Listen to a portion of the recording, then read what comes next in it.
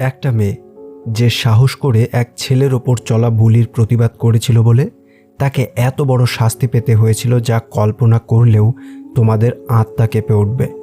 44 জন মিলে একে একে সেই মেয়েটার ওপর ভয়ঙ্কর নির্যাতন চালায়, তাকে ব্রুটালি রেপ করা হয়। সব নতুন করে শুরু করলেও অতীত যখন আবার ফিরে আসে তখন তার সামনে থাকে মাত্র দুটো পথ: অতীতের কাছে হার মানা নাকি শেষবারের মতো বাঁচার চেষ্টা করা।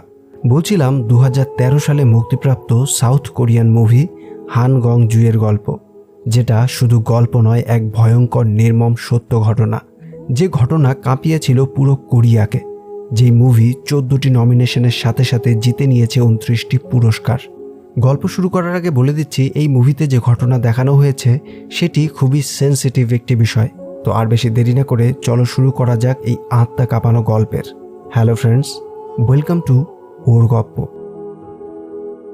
গল্পে শুরু হয় স্কুল পড়ুয়া একজন মেয়েকে দেখিয়ে।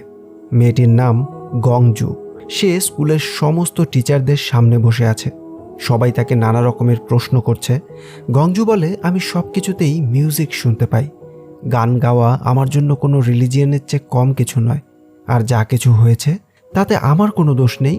তবে সেখানে থাকা প্রিন্সিপাল তাকে বলে তাকে আর এই স্কুলে রাখা হবে না, আর অন্য স্কুলে ভর্তি হওয়াটা তার জন্যই ভালো হবে। স্কুল কর্তৃপক্ষ তাকে কোনো কারণ না বলে সরাসরি অন্য স্কুলে পাঠিয়ে দেয়, যদিও গংজু এখানেই থাকতে চায়। গংজু তার জিনিসপত্র প্যাক করছিল। সে বুঝতে পারছিল না এবার সে কোথায় যাবে, কি করবে। ঠিক তখনই তার শিক্ষক মিস্টার লি তাকে সাহায্য করে। মিস্টার লি তাকে বলে, তুমি শুধু তোমার জামা কাপড়টাই প্যাক করো, বাকি জিনিস তোমার বাবা নিয়ে আসবে। সে গংজুর জন্য অন্য একটি শহরে একটি নতুন স্কুলের ব্যবস্থা করে। সেখানে তাকে ভর্তিও করায়। কিন্তু সমস্যা হচ্ছে থাকার জায়গা নিয়ে। শহরে গংজুর থাকার মতো কোনো জায়গা পাওয়া যাচ্ছিল না। তখন মিস্টার লি তাকে নিজের মা মিসেস চুয়ের সঙ্গে কিছুদিন থাকার কথা বলে। মিসেস চু এই একই শহরে থাকে, কিন্তু সে কোনো অচেনা মেয়েকে নিজের বাড়িতে রাখতে প্রথমে একেবারেই রাজি ছিল না। অনেক অনুরোধের পর শেষ পর্যন্ত সে গংজুকে মাত্র 1 সপ্তাহের জন্য বাড়িতে থাকতে দেয়।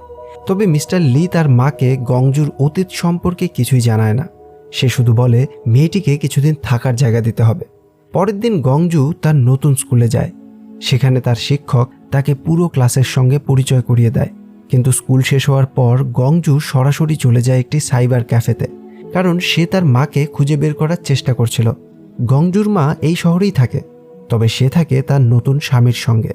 গংজুর কাছে তার মায়ের পুরনো ফোন নাম্বার ছিল, কিন্তু তার ঠিকানা জানা ছিল না। তাই সে ওই পুরনো নম্বর ব্যবহার করে তার মায়ের ঠিকানা খুঁজে বের করার চেষ্টা করে। সাইবার ক্যাফে থেকে বেরিয়ে গংজু সরাসরি মিসেস চুয়ের কনভিনিয়েন্স স্টোরে যায়। সেখানে সে মিসেস চুকে কাজে সাহায্য করতে শুরু করে। গংজুর এই ব্যবহার ধীরে ধীরে মিসেস চুর মন জয় করে নেয়। এরপর একদিন স্কুলে গংজু দেখতে পায় কয়েকজন মেয়ে মিলে গান পরিবেশন করছে, কিন্তু তাদের মধ্যে একজন মেয়ের চোখ গংজুর ওপরে পড়তেই সে হঠাৎ সেখান থেকে চলে যায়। গংজু এরপর নিজের সুইমিং ক্লাসে যায়। সাঁতার শেখার পর পোশাক পরিবর্তন করার সময় সে গুনগুন করে গান গাইতে শুরু করে, কিন্তু বাইরে দাঁড়িয়ে থাকা ইউনহি নামের একটি মেয়ে তার গান শুনে ফেলে। শুধু শোনেই না, ইউনহি গোপনে গংজুর গানটা রেকর্ডও করে নেয়। ইউনহি ছিল স্কুলের ওই সিঙ্গিং গ্রুপের লিডার। সে গংজুর কাছে গিয়ে বলে, তুমি খুব ভালো গান গাও। যদি স্কুলের সিঙ্গিং গ্রুপে যোগ দিতে চাও তাহলে অসাধারণ কিছু করতে পারবে। ইউনহি ভেবেছিল এই কথা শুনে গংজু হয়তো খুশি হবে, কিন্তু আসলে ঘটে তার সম্পূর্ণ বিপরীতটাই। গংজু হঠাৎ ভীষণ রেগে যায় এবং সিঙ্গিং গ্রুপে যোগ দিতে সরাসরি অস্বীকার করে। এরপর গংজু কিছু একটা ভেবে ইউনহির সাথে কথা বলে। সে ইউনহির ফোন দেখে তাকে জিজ্ঞেস করে এতে ইন্টারনেট আছে কিনা। এরপর ইউনহি তার ফোনের ইন্টারনেট ব্যবহার করে গংজুর মায়ের খোঁজ করে দেয় এবং সেই গংজুকে বাসে করে তার মায়ের ঠিকানায় নিয়ে আসে। তবে ঠিকানায় পৌঁছেই গংজু বলে এখান থেকে সে একাই যেতে পারবে। অবশেষে শহরের একটি কনভিনিয়েন্স স্টোরে সে তার মাকে দেখতে পায়।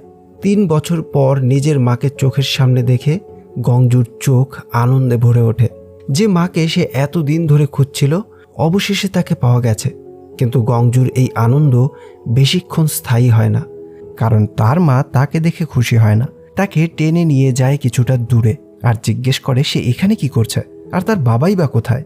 গংজু তার মাকে বলার চেষ্টা করে তার সাথে কি চলছে, সে কতটা খারাপ আছে, তবে তার মা সেই কথা তো শোনেই না, বরং সে গংজুকে বলে সে যেন আর কখনোই এখানে না আসে। আসলে তার মা নিজের নতুন জীবন এবং নতুন স্বামীর সঙ্গে ভালোই ছিল। সে হয়তো সেই জীবনে গংজুর ফিরে আসাকে কোনো ঝামেলা হিসেবে দেখছিল। যে মাকে 3 বছর ধরে খুঁজছিল গংজু, সেই মাই যখন তাকে এক মুহূর্তে পর করে দিল, তখন গংজুর ভেতরটা যেন সম্পূর্ণরূপে ভেঙে পড়ে। কোনো কথা না বলে সেখান থেকে ফিরে আসে সে। পরের দিন স্কুলে এসে গংজু দেখতে পায় সিঙ্গিং ক্লাসরুমটা একদমই খালি। এই সুযোগে সে সেখানে গিয়ে গিটার হাতে নেয়। গিটার বাজাতে বাজাতে সে গান গাইতে শুরু করে। কিন্তু গংজু জানতো না বাইরে দাঁড়িয়ে ইউনহি এবং সিঙ্গিং গ্রুপের অন্য সদস্যরা তার গান শুনছিল। তারা সবাই গংজুর গানে মুগ্ধ হয়ে যায়। কিন্তু গংজু যখন তাদের দেখতে পায়, সঙ্গে সঙ্গে সে তার গান থামিয়ে সেখান থেকে চলে যায়। ইউনহি এবং বাকিরাও তার পিছু নেয়। তারা গংজুর গানের প্রশংসা করে এবং আবারও তাকে সিঙ্গিং গ্রুপে যোগ দেওয়ার অনুরোধ করে। কিন্তু গংজু এবারও রাজি হয় না। এভাবেই কেটে যায় একটা সপ্তাহ। মিসেস চুর বাড়িতে থাকার মতো সময়ও গংজুর হাতের থেকে শেষ হয়ে এসেছে। সে তাই নিজের সমস্ত জিনিসপত্র গুছিয়ে নেয়। বাড়ি ছাড়ার আগে মিসেস চুর সঙ্গে শেষবার দেখা করতে গেলে মিসেস চু তাকে থামিয়ে দেয়। সে গংজুকে বলে সে চাইলে যতদিন ইচ্ছে এই বাড়িতে থাকতে পারে। এই কথাটা শুনে গংজু ভীষণ খুশি হয়। আর যাই হোক, তাকে থাকার জায়গা নিয়ে আর কিছু ভাবতে হবে না, আর সে এখানেই থেকে যায়। এরপর গংজু অবশেষে স্কুলের সিঙ্গিং গ্রুপে যোগ দেয়। সবাই মিলে প্রত্যেক দিন গান রিহার্সাল করতে শুরু করে। আর সাথে সাথেই গংজু প্রতিদিন সুইমিং ক্লাস শেষ করে মিসেস চুকে তার কাজেও সাহায্য করে। ধীরে ধীরে সে এই নতুন মানুষগুলোর সঙ্গে মিশে যেতে শুরু করে। মনে হচ্ছিল হয়তো তার জীবনটা আবার একটু স্বাভাবিক হতে শুরু করেছে। কিন্তু ঠিক তখনই তার পুরনো জীবনের ছায়া আবার সামনে আসে। একদিন তার আগের স্কুলের শিক্ষক মিস্টার লি তার সঙ্গে দেখা করতে আসে। সে গংজুকে জানায় তার সঙ্গে অন্যায় করা ছেলেদের বিরুদ্ধে ব্যবস্থা নেওয়া হয়েছে। এই কথা শুনে গংজু মনে সামান্য হলেও স্বস্তি আসে। কিন্তু কিছুদিন পর আবার নতুন একটা ঘটনা ঘটে। গংজুর এক বন্ধু তাকে জানায় তারা গংজুর একটা মিউজিক ভিডিও একটি এজেন্সির কাছে পাঠিয়েছিল এবং এজেন্সির লোকেরা গংজুর গান খুবই পছন্দ করেছে। তারা গংজুর সাথে দেখাও করতে চায়। বন্ধুরা ভেবেছিল এই খবর শুনে গংজু তো আনন্দে আত্মহারা হয়ে যাবে, কিন্তু গংজু একদমই তাই হয় না। সে তাদের বলে তার ব্যক্তিগত জীবনে আর যেন কখনো এভাবে হস্তক্ষেপ না করে তারা। এই বলেই রাগ করে সেখান থেকে চলে যায়। স্কুলের পর ইউনহি তার সঙ্গে কথা বলার চেষ্টা করে, কিন্তু গংজু তাকে এড়িয়ে যায়। তবুও ইউনহি অন্যদের মতো ছিল না। গংজু যতই খারাপ ব্যবহার করুক না কেন, ইউনহি তার উপর রাগ করে না, বরং সে গংজুকে বোঝার চেষ্টা করে। সে এমন কেন করছে সেটা জানার চেষ্টা করে। সে গংজুকে সরাসরি জিজ্ঞেসও করে তার সমস্যাটা কি হয়েছে। এত ভালো একটা সুযোগ সে কেন নষ্ট করতে চাইছে। ইউনহি তাকে বোঝায় সে শুধু গংজুকে সাহায্য করতে চায়। এই কথাগুলো ধীরে ধীরে গংজুর রাগটা কমিয়ে দেয়। এরপর ইউনহি তাকে নিজের বাড়িতে ইনভাইট করে। তারা এখন বন্ধু হতে শুরু করেছে। বাড়ি এসে গংজু মিসেস চোকে বলে সে কি এক বান্ধবীর বাড়িতে এক রাত থাকতে পারে। মিসেস চো রাজি হয়ে যায়। গংজু এরপর ইউনহির বাড়িতে আসে।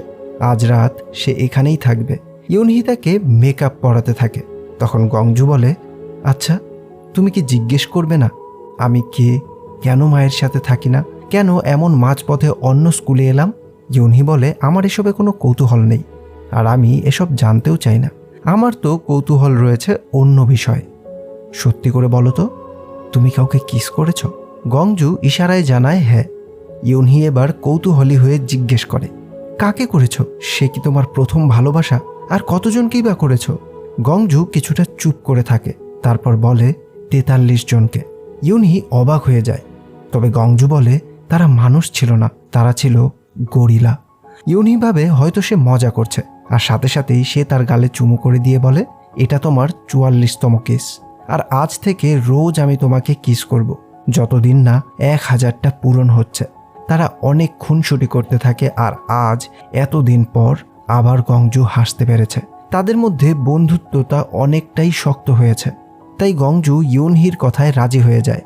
পরদিন ইউনহি গংজুকে মেকআপ করিয়ে একজন রকস্টার সাজিয়ে তার অডিশন ভিডিও বানাতে থাকে সেই মিউজিক এজেন্সিকে দেওয়ার জন্য। ঠিক সেই সময়ই গংজুর বাবা তাকে কল করে দেখা করতে বলে। এরপরে গংজু চলে আসে একটা রেস্টুরেন্টে তার বাবার সাথে দেখা করতে। তার বাবা তাকে একটি কাগজ দিয়ে সই করতে বলে। গংজু জানতে চায় কেন তাকে এই কাগজে সই করতে হচ্ছে। সে ওই কাগজটিকে পড়তে শুরু করে, তবে তার বাবা জানায় এটা পড়ার কোনো দরকার নেই, এখানে শুধু সই করে দিতে হবে। গংজু কোনো উপায় না পেয়ে সেই কাগজে সই করে দেয়। পরের দিন স্কুলে গংজু জানতে পারে সেই সিঙ্গিং এজেন্সি তাকে সত্যিই সিলেক্ট করেছে। গংজু এবং তার বন্ধুরা এই খবর শুনে ভীষণ খুশি। তারা সবাই মিলে ছোট একটা পার্টিও করে। সেখানে বন্ধুরা গংজুকে জিজ্ঞেস করে তার জীবনের সবচেয়ে বড় স্বপ্নটা কি, সে ভবিষ্যতে কি করতে চায়। গংজু তখন বলে তার জীবনের একটাই স্বপ্ন, সে 25 মিটার সাঁতার শিখতে চায়। কথাটা শুনে সবাই হাসতে শুরু করে। এত বড় একজন মেয়ের জীবনের স্বপ্ন শুধুমাত্র 25 মিটার সাঁতার। সবার কাছে এই 25 মিটার সাঁতার খুবই অদ্ভুত মনে হলেও গংজুর জীবনে এই অদ্ভুত স্বপ্নের পেছনে যে ভয়ঙ্কর কারণ লুকিয়ে আছে সেটা খুবই মর্মান্তিক। সেদিন রাতে বাড়ি ফেরার সময় গংজুর ফোনে মিস্টার লির কল আসে। সে গংজুকে জিজ্ঞেস করে সে কি কোনো কাগজে সই করেছে। গংজু যখন জানায় হ্যাঁ সে একটা কাগজে সই করেছে, তখন মিস্টার লি রেগে যায়। সে তাকে বলে কোনো কিছু না জেনে কখনো কোনো কাগজে সই করা উচিত নয়, এটা তো তোমার জানার কথা। বাড়িতে ফিরে গংজু তার বাবাকে বারবার ফোন করে, কিন্তু তার বাবা কোনো ফোনই ধরে না। তখন গংজু বুঝতে পারে তার বাবাও হয়তো তার সঙ্গে বিশ্বাসঘাতকতা করেছে। পরের দিন স্কুলে ইউনহি গংজুকে একটা সারপ্রাইজ দিতে চায়। তারা গংজুকে নিয়ে একটি রুমে আসে, যেখানে গংজুর সেই অডিশন ভিডিওটা চলছিল, যে ভিডিওটা তারা ইন্টারনেটে পোস্ট করেছে তার একটা ফ্যান পেজ বানানোর জন্য। সবাই ভেবেছিল গংজু এতে ভীষণ খুশি হবে, তবে সে এতে খুশি তো হয়ই না, বরং খুবই রেগে যায়। সে সাথে সাথেই ভিডিওটি ডিলিট করে দিতে বলে, আর এই কাজের জন্য সবাইকে অনেক কথা শোনায়। তার এই আচরণে একটি মেয়ে আজ ভীষণ রেগে যায়। গংজুর জন্য তারা এত কিছু করার পরেও তাদেরকে এত কথা শুনতে হচ্ছে। সে রেগে বলে, তোমার সমস্যাটা কি? আমরা তো তোমাকে পছন্দই করি না, তোমার সাথে এত ভালো করে কথা বলছি শুধুমাত্র ইউনহির জন্য, তোমাকে আমরা ঘৃণা করি। গংজু তাদের একবারও বলতে পারে না সে কেন চায় না তার এই চেহারাটা কেউ দেখে ফেলুক। এরপর একদিন ক্লাস চলাকালীন একজন ব্যক্তি তাদের ক্লাসরুমে আসে। সে পুরো ক্লাসটাকে ভালোভাবে দেখে নেয়, যেন সে কাউকে খুঁজে বেড়াচ্ছে। এরপর গংজুকে দেখার সাথে সাথেই সে বাকি সমস্ত লোকেদেরকেও ডাক দিয়ে আনে, আর বেশ কয়েকজন অভিভাবক এসে গংজুকে একদমই ঘিরে ধরে। তারা সবাই তাকে অকথ্য ভাষায় গালাগাল করতে থাকে আর বলতে থাকে তাকে এই পেপারগুলোতে সই করে দিতে। গংজু কি করবে কিছু বুঝতে পারছিল না। তার সেই অতীত যেন কোনোভাবেই তার পিছু ছাড়ছে না। সে কোনো রকমে ক্লাসরুম থেকে বেরিয়ে কাঁদতে কাঁদতে দৌড়ে চলে যায়, লুকিয়ে পড়ে এক অন্ধ। ইউনহির পাশাপাশি পুরো ক্লাসই একদম অবাক হয়ে যায়। গংজু আসলে কে? কেনই বা সবাই তার সাথে এমন করছে? আর কেনই বা সে সব সময় নিজেকে এতটা গুটিয়ে রাখে? আর ঠিক এখান থেকেই গল্প চলে যায় অতীতে। এবার আমরা জানতে পারি গংজুর জীবনে আসলে কি ঘটেছিল। ফ্ল্যাশব্যাকে দেখা যায় গংজু তার নিজের শহরের একটি কনভেনিয়েন্স স্টোরে কাজ করত। একদিন সে যখন দোকানে একা ছিল, তখন সেখানে কিম নামের একটি ছেলে আসে। আর কিমের চোখ মুখে থাকা সেই রক্ত জমাটের দাগ দেখে খুব ভালো করেই বোঝা যাচ্ছে সে বাকি ছেলেদের হাতে কতটা বুলি হয়, কতটা অত্যাচারিত হয়। কিম ছিল ওই দোকানের মালিকের ছেলে।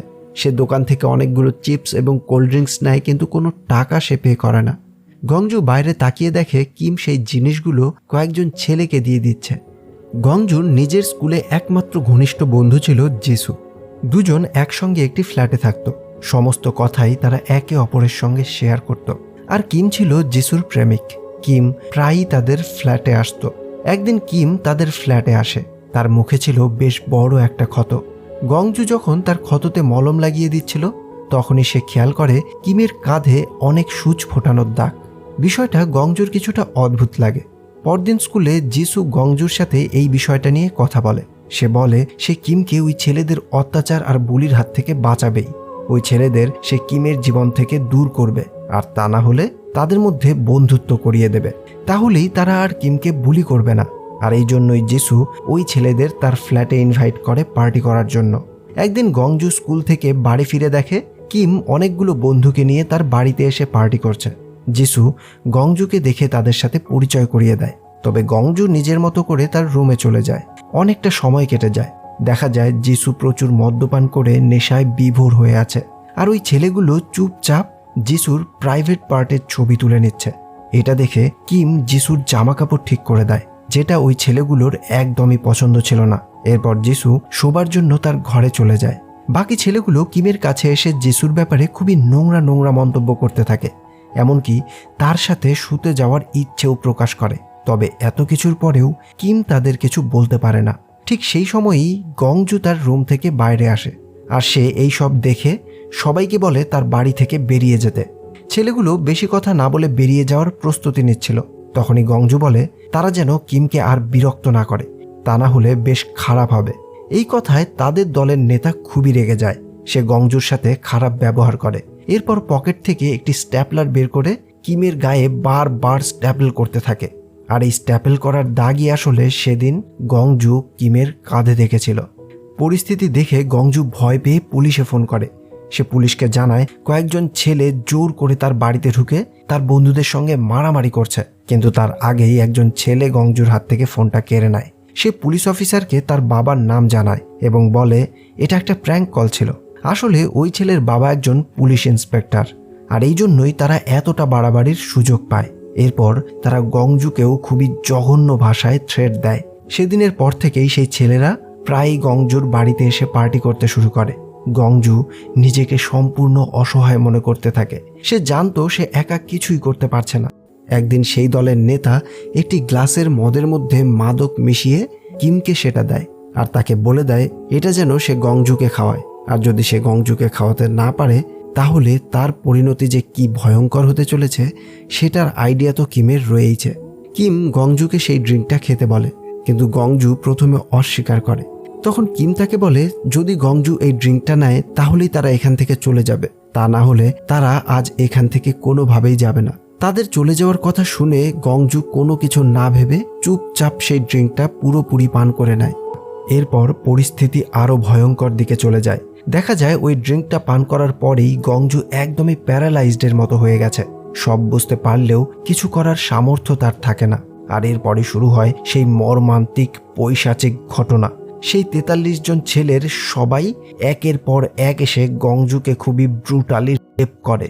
গংজু কান্নায় ফেটে পড়ে, তবে তার কান্না যেন এই মানুষরূপী জানোয়ারদের কান অবধি পৌঁছায় না। কান্না শেষ না হতেই পরবর্তী পিশাচ চলে আসে আবার তাকে রেপ করার জন্য। এভাবেই ঘন্টার পর ঘন্টা ধরে চলতে থাকে এই পৈশাচিক অত্যাচার। মনে আছে গংজু ইউনহিকে বলেছিল তারা মানুষ ছিল না, গরিলা ছিল। তার কারণ এই জানোয়ারগুলো সব গরিলার মাস্ক পরে তাকে রেপ করছিল এবং ভিডিও বানাচ্ছিল। তবে এর থেকেও বেশি অবাক করার বিষয় হচ্ছে সবকিছু চলাকালীনই কিমের বাবা সেখানে এসে পুরো ঘটনাটা দেখতে পায়। তবে এই সব কিছু দেখার পরেও সে কোনো কিছুই করে না। সে শুধু শান্তভাবে নিজের ছেলে কিমকে সেখান থেকে নিয়ে চলে যায়। এরপর ঘটে আরও একটি ভয়ঙ্কর ঘটনা। গংজুর বন্ধু জিসু নদীতে ঝাঁপ দিয়ে আত্মহত্যা করে নেয়। আর এই ঘটনার পরই গংজুকে নিজের পুরনো স্কুল থেকে বাইরের স্কুলে পাঠানো হয়। এই শহর ছেড়ে, এই স্কুল ছেড়ে তাকে চলে যেতে হয় অন্য শহরে, অন্য এক নতুন স্কুলে। আর এবার গল্প আবার বর্তমানে ফিরে আসে। আমরা দেখতে পাই মিসেস চুর প্রেমিককে। সেও একজন পুলিশ অফিসার। সে গংজুকে স্কুল থেকে বাড়িতে নিয়ে আসে এবং মিসেস চুকে গংজুর অতীতের সবকিছু জানায়। তারা যখন এই বিষয়টা নিয়ে কথা বলছিল তখন গংজু নিজের সমস্ত জিনিসপত্র নিয়ে চুপি চুপি নিচে নেমে আসে।